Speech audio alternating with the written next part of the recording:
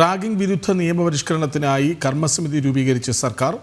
ആഭ്യന്തര additional chief secretary 12-അംഗ സമിതിയുടെ ചെയർമാനാകും. മാനസികാരോഗ്യ വിദഗ്ധർ ഉൾപ്പെടുന്ന സമിതിയുടെ കരട് സർക്കാർ ഹൈക്കോടതിയിൽ സമർപ്പിച്ചു. കർമ്മസമിതി ആദ്യ യോഗം ഉടൻ ചേരണമെന്നും കർമ്മപദ്ധതി 2 ആഴ്ചയ്ക്കകം തയ്യാറാക്കണമെന്നും കോടതി നിർദ്ദേശം നൽകി.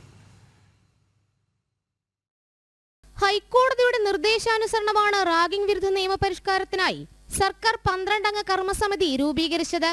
അഡീഷണൽ ചീഫ് സെക്രട്ടറി ചെയർമാനായ സമിതിയിൽ സാമൂഹ്യക്ഷേമ വകുപ്പ്, നിയമവകുപ്പ് സെക്രട്ടറിമാർ, മാനസികാരോഗ്യ വിദഗ്ധർ എന്നിവരടങ്ങുന്ന സമിതിയുടെ വിശദാംശങ്ങളടങ്ങിയ കരട് സംസ്ഥാന സർക്കാർ ഇന്ന് ഹൈക്കോടതിയിൽ സമർപ്പിച്ചു. കർമ്മസമിതി പ്രഥമ യോഗം ഉടൻ ചേരണമെന്നും കർമ്മപദ്ധതി 2 ആഴ്ചയ്ക്കകം തയ്യാറാക്കണമെന്നും ഹൈക്കോടതി നിർദ്ദേശം നൽകി. കേരള ലീഗൽ സർവീസസ് അതോറിറ്റി നൽകിയ ഹർജിയിലാണ് ഹൈക്കോടതി പ്രത്യേക ബെഞ്ചിന്റെ നടപടി.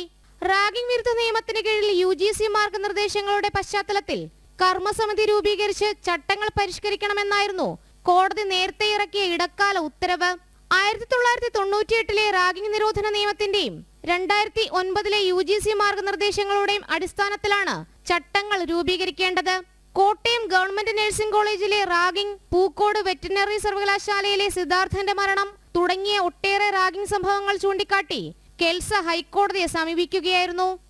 ജനം, കൊച്ചി.